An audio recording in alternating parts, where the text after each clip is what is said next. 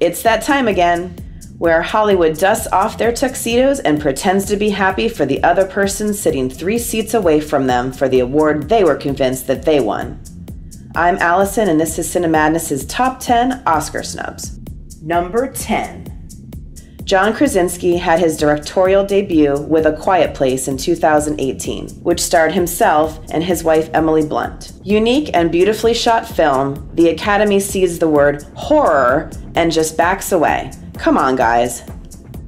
Number 9.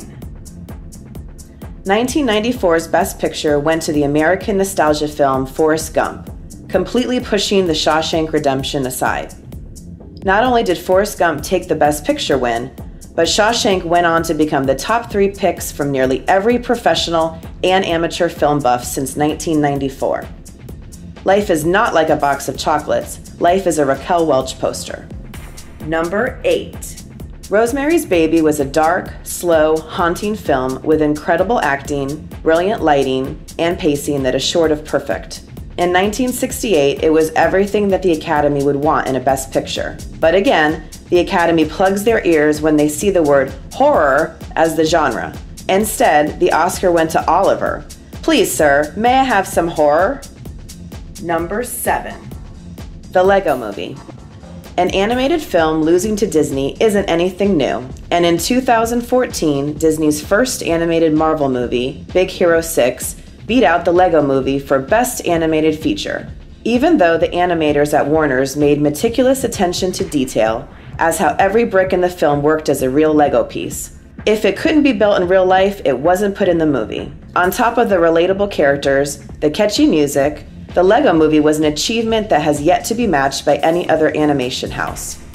Unfortunately, in the case of the Academy Awards, everything was not awesome. Number 6. Francis Ford Coppola made this little film in 1972.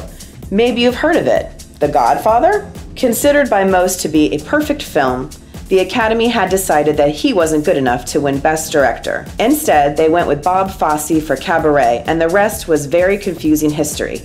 I mean, seriously, Academy? Leave the top hat, take the cannoli. Number 5. Sorry to Bother You was one of the most original films in the past few years. It had drama, hilarious satire, fantasy, and important social commentary. First-time director-writer Boots Riley gave us something that was absurdly fantastic, and it's a shame that so many of the Academy members hung up the phone and couldn't be bothered with this refreshing film. Number 4. The first rule of Fight Club is you do not talk about Fight Club. We should, however, talk about how this film was absent from the Best Picture ballot in 2000. Coming off the critically acclaimed film Seven, David Fincher gave us a fast-paced film with stunning visuals, great performances, and an ending that no one saw coming. It was a great take on man's place in society and provided us with an inside look at how soap is really made. The fact that Edward Norton and Brad Pitt and his abs were also not nominated continues to baffle me. Number 3. Another movie that lost to Forrest Gump in 1995 was the brilliant Pulp Fiction. This film had cool written all over it. This has to easily be one of the most quotable crime films of all time. It's a perfect blend of smart screenwriting, talented cast, and the soundtrack will make you want to kick your shoes off and enter a dance contest. It's one of those films that holds up 20 years later, even though milkshakes cost way more than $5 now. Number 2.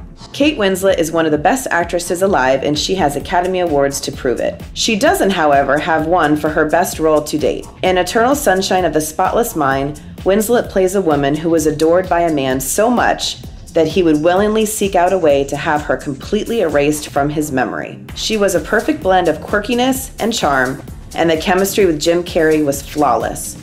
Looks like the Academy also had to seek out a way to erase her amazing performance from their minds as well. And number 1. Many of the past Best Picture winners are films that do not hold up years after. One of the biggest examples of this is Raiders of the Lost Ark, who lost to Chariots of Fire in 1982. Raiders had a huge impact on our culture and gave us one of the most beloved characters ever with Indiana Jones. It also brought one of the most memorable theme songs in cinematic history. The dream team of George Lucas and Steven Spielberg helped spark the timeless franchise and had every little kid interested in archaeology, as long as there were no snakes or giant boulders involved. Thank you for watching Cinemadness. Let us know in the comments what your picks were. Stay tuned for more top 10s, reviews, and all things movies. If you haven't already, make sure you hit subscribe and ring the bell to get notifications of upcoming segments.